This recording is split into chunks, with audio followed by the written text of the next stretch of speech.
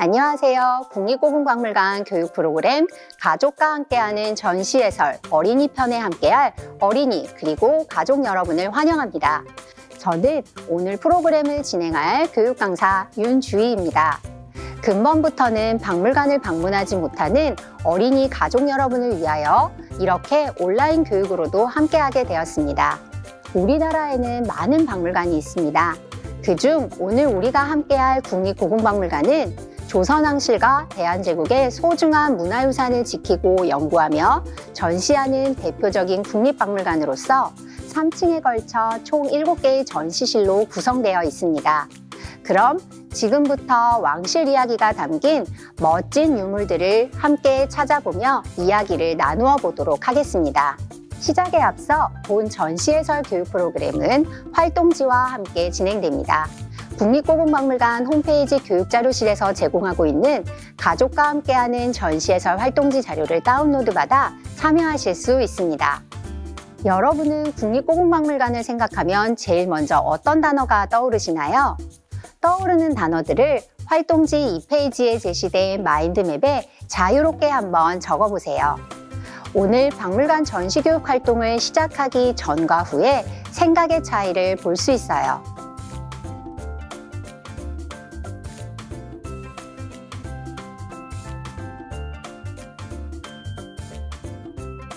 자, 마인드맵을 작성해 보았다면 이제부터는 저와 함께 박물관 곳곳을 누비며 유물을 찾아볼 준비가 되셨나요?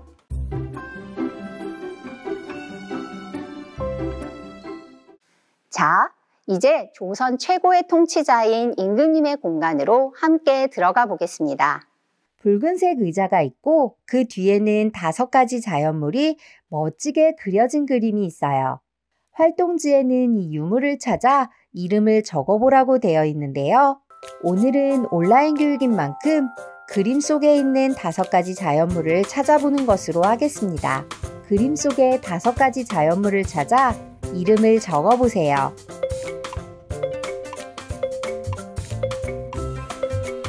다섯 가지 자연물은 해, 달, 소나무, 파도, 5봉우리의 산입니다.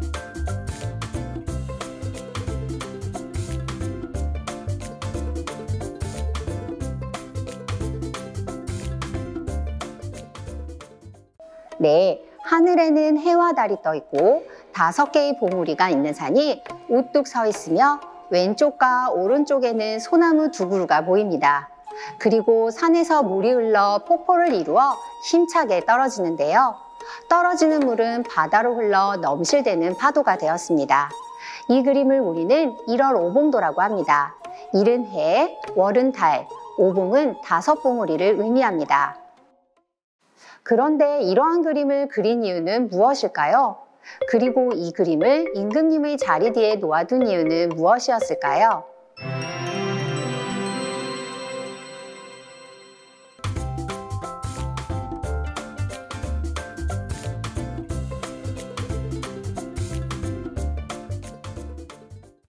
해, 달, 산, 물과 파도는 영원합니다. 소나무도 수백 년 동안 사는 나무이고요. 아마 조선 왕조가 변치 않고 오래도록 이어지길 바랬던 뜻을 담아 그려진 것 같습니다. 우리 친구들도 이와 같은 마음으로 1월 오봉도를 활동지에 그려보세요.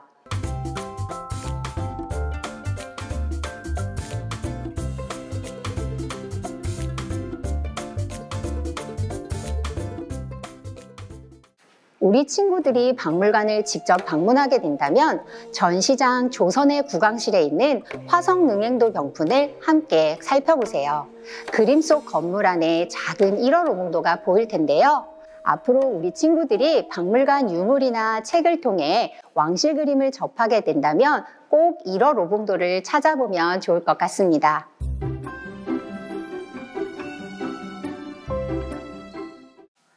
여기 보이는 것들이 바로 어보입니다. 어보는 무엇일까요? 임금님의 도장을 말하는데요.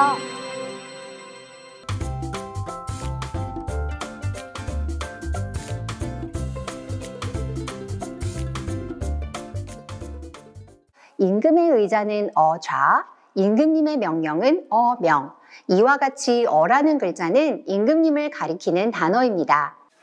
이제 어보를 자세히 관찰해 볼까요? 활동지를 펴고 관찰한 내용을 적어보세요.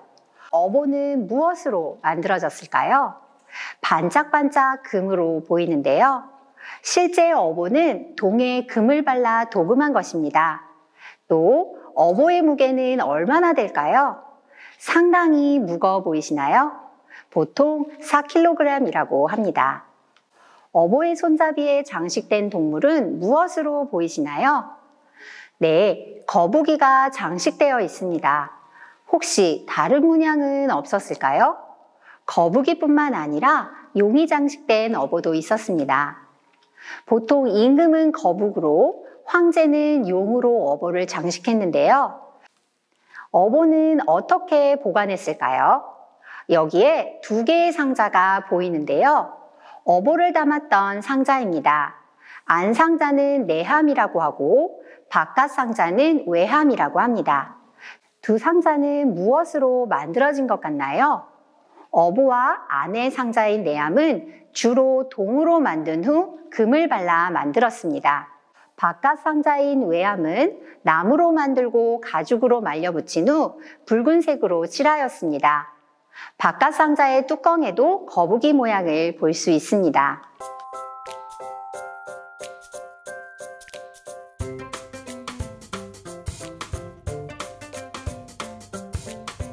자, 이제 어보를 포장하는 봉과 방법을 영상을 통해 자세히 알아보도록 하겠습니다. 어보는 매우 중요한 물건이기 때문에 2개의 상자와 3장의 붉은색 비단 보자기로 겹겹이 감싸서 보관했다고 합니다. 먼저 보자기로 어보를 감싼 후 명주실로 만든 끈으로 묶어요. 보자기의 모서리에는 금종이와 푸른색 술이 달려 있습니다. 보자기로 감싼 어보는 금속으로 만든 상자에 넣고 움직이지 않게 빈 공간을 솜으로 채웠어요. 벌레를 막아주는 향도 넣었고요. 내함을 다시 보자기와 끈으로 감싸 묶고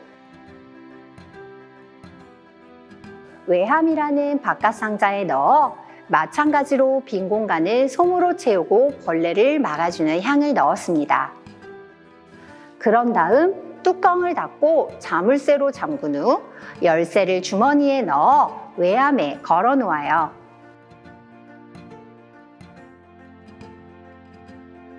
열쇠를 잃어버리지 않도록 한지로 덮어 신이 삼가 봉한다는 뜻의 단어를 적어 놓았습니다.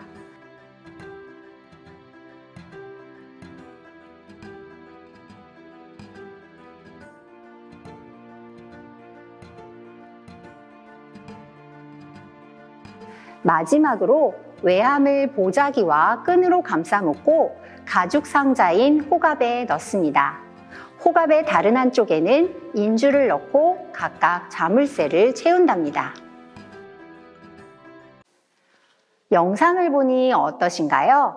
어보를 정말 귀하고 소중하게 보관했다는 것이 느껴지나요? 여러분도 소중한 사람에게 어보를 만들어준다면 어떤 내용을 담고 싶은가요? 활동지에 자유롭게 여러분의 생각들을 적어보세요.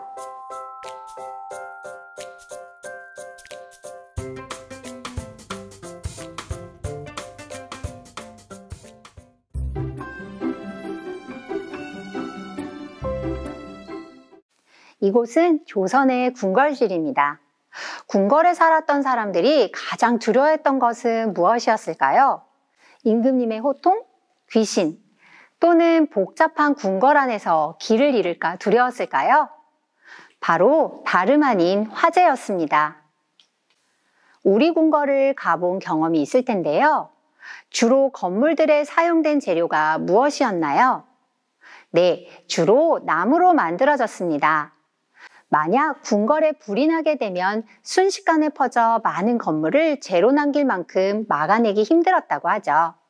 그래서 무엇보다도 화재로부터의 예방이 중요했는데요. 이곳에서 화재를 막기 위해 노력했던 왕실 사람들의 흔적이 담긴 유물을 한번 찾아보도록 하겠습니다. 활동지에도 제시되어 있는 이 유물은 무엇일까요? 바로 상상 속의 동물이라 불리는 용입니다.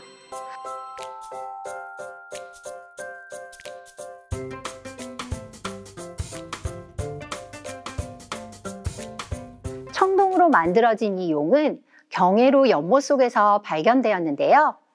경회로 건물 어딘가를 장식했던 청동용이 연못에 빠진 걸까요? 아니면 다른 누군가가 연못에 넣어둔 걸까요?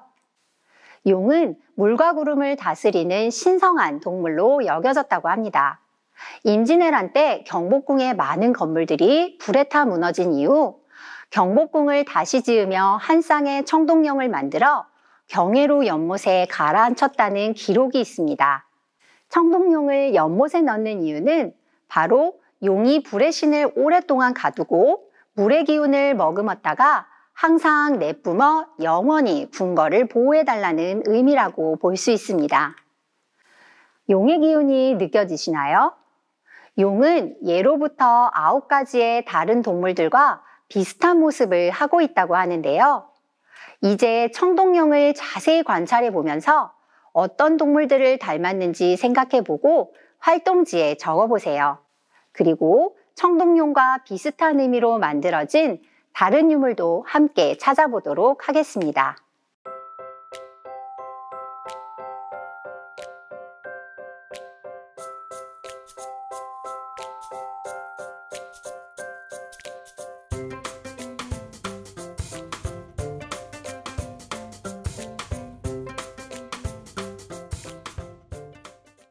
여기에 붉은색 종이가 있습니다.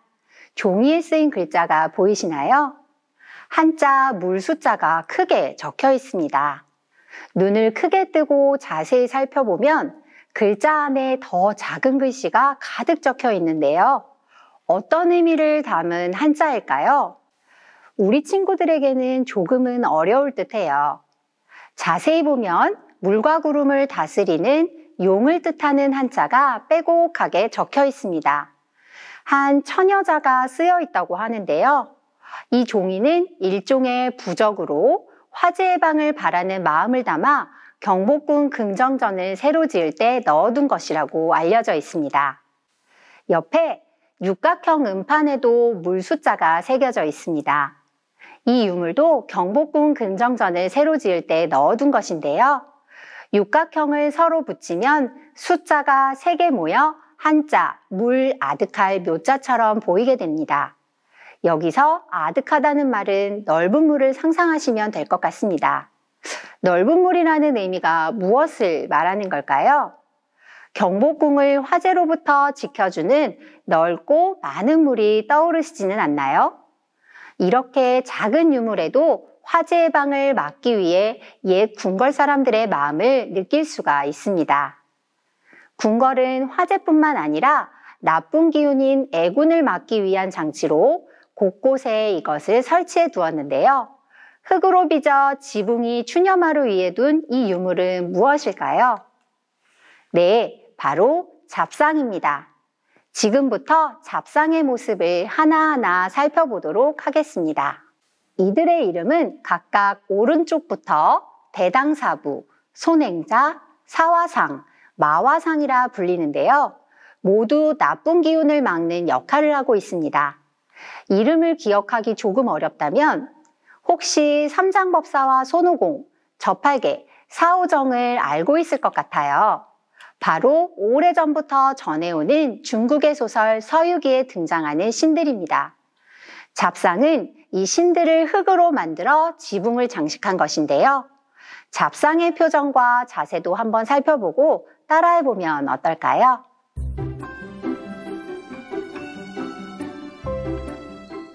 임금님의 얼굴을 그린 초상화를 어진이라고 합니다. 예로부터 궁궐에는 임금님의 초상화를 모신 건물이 따로 있었는데요. 그곳에서 후대왕은 선왕이 살아계실 때처럼 인사를 드리기도 하셨습니다. 하지만 안타깝게도 6.25 전쟁 때 화재로 인하여 대부분 불에 타 사라지고 몇 분 만에 어진이 남아있습니다. 남아있는 어진을 안전하고 오랫동안 보관하기 위해 어진의 원본은 수장고에 보관하고 있어요. 현재 박물관에 전시되어 만날 수 있는 어진은 원래의 어진과 똑같이 다시 그린 복원 모사도입니다. 자, 그럼 활동지를 함께 살펴보도록 할까요? 왼쪽이는 영조 임금님의 어진이고 아래쪽은 고종 황제의 어진입니다. 영조 임금님의 어진은 조선의 국왕실에서 볼 수 있고요. 고종 황제의 어진은 이곳 대한제국실에서 만날 수 있습니다. 두 개의 어진을 관찰해보며 다른 점을 찾아볼까요? 가장 눈에 띄는 점은 바로 두 분의 옷 색깔이 다르다는 점입니다.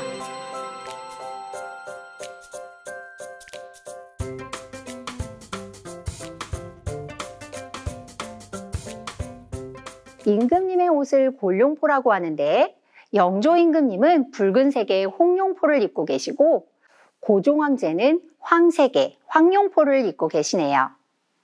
같은 조선의 통치자였는데 왜 다른 색의 옷을 입으셨을까요?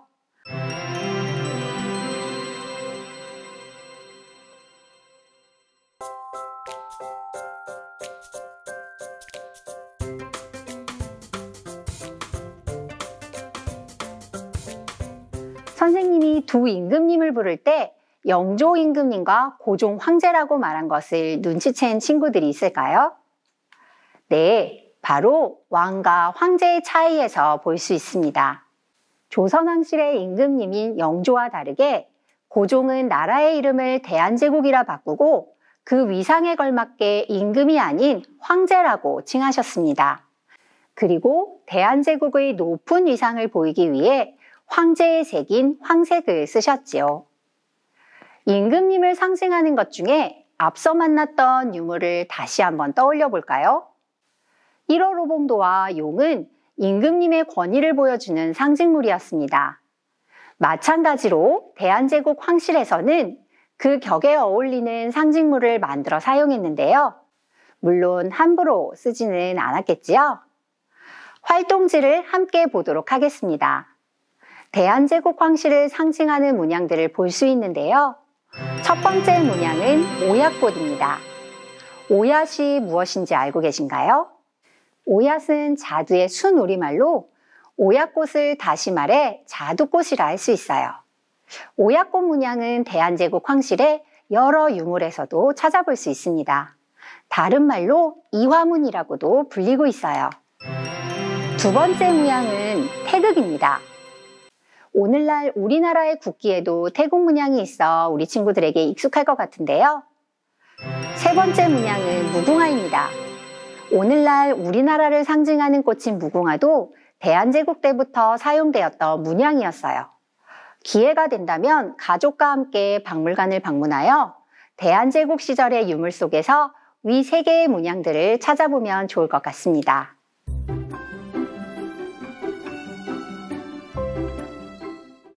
이번에는 조선의 과학문화에 대해서 알아보도록 하겠습니다.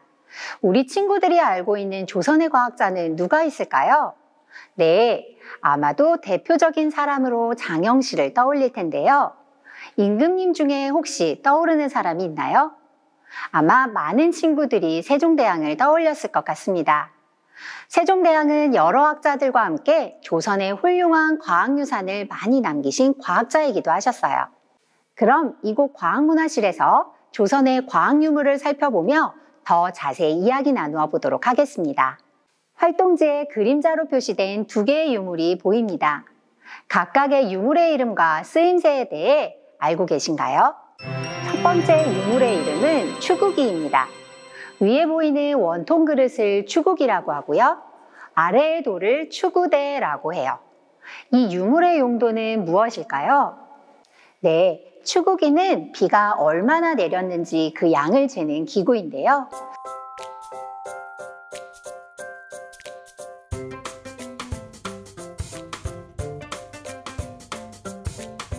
추구기는 세종대왕 때에 만들어졌습니다. 추구기로 어떻게 비의 양을 잴 수 있었을까요? 빗물이 통에 담기면 나무로 만든 자를 추구기 안에 넣어 그 깊이를 재서 확인했다고 합니다. 그보다 옛날에는 비가 오면 땅에 젖은 정도를 보고 비의 양을 쟀다고 하는데요. 하지만 흙의 상태에 따라 마르고 젖는 정도가 다를 수 있기 때문에 이런 방법으로는 정확하게 측정할 수 없었겠지요. 그래서 세종의 아들인 문종이 세자 시절에 추구기를 발명하게 되었고 세종 이후로 전국적으로 보급되어 활발하게 사용되었다고 합니다. 두 번째 유물의 이름은 앙부일구입니다. 뒤집어 보면 어떤 물건을 닮은 것 같은가요? 혹시 오래전 음식을 만들 때 사용했던 가마솥을 본 적이 있죠? 앙부일구는 바로 이 가마솥을 닮았다 하여 붙여진 이름입니다. 한자 앙은 앞쪽 또는 열릴 쪽이라는 뜻이 있고요. 부는 가마솥을 말해요. 일구는 해그림자 또는 해시계라는 뜻이 있는데요. 정리해보면 앙부일구란 솥 안쪽을 닮은 해시계란 뜻을 가지게 됩니다.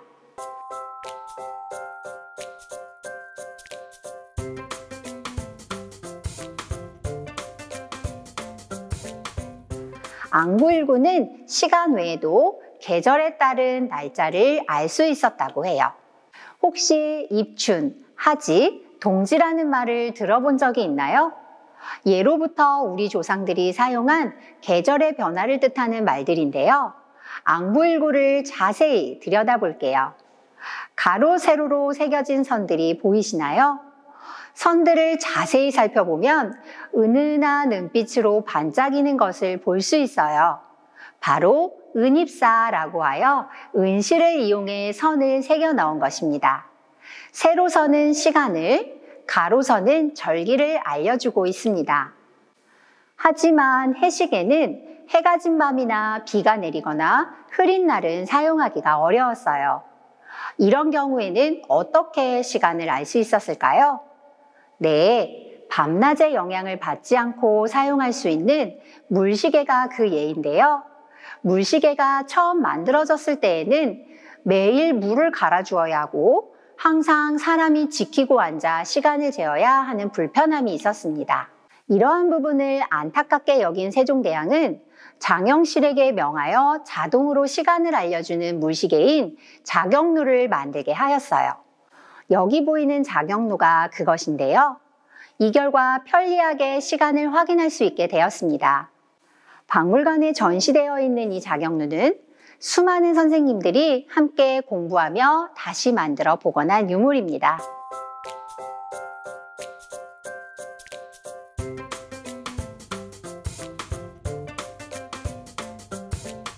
여기 벽면에 조선시대 궁궐을 그려놓은 커다란 그림을 볼 수 있습니다. 창덕궁과 창경궁을 함께 그린 동걸도 전시 그래픽인데요. 그림 속 궁궐을 자세히 살펴보면 곳곳에 과학기구들이 놓여 있는 것을 알 수 있습니다. 어떤 과학기구들이 보이시나요? 이러한 과학기구들을 만들고 궁궐 곳곳에 놓아둔 이유는 무엇이었을까요? 활동지를 펴고 여러분들의 자유로운 생각을 적어보세요.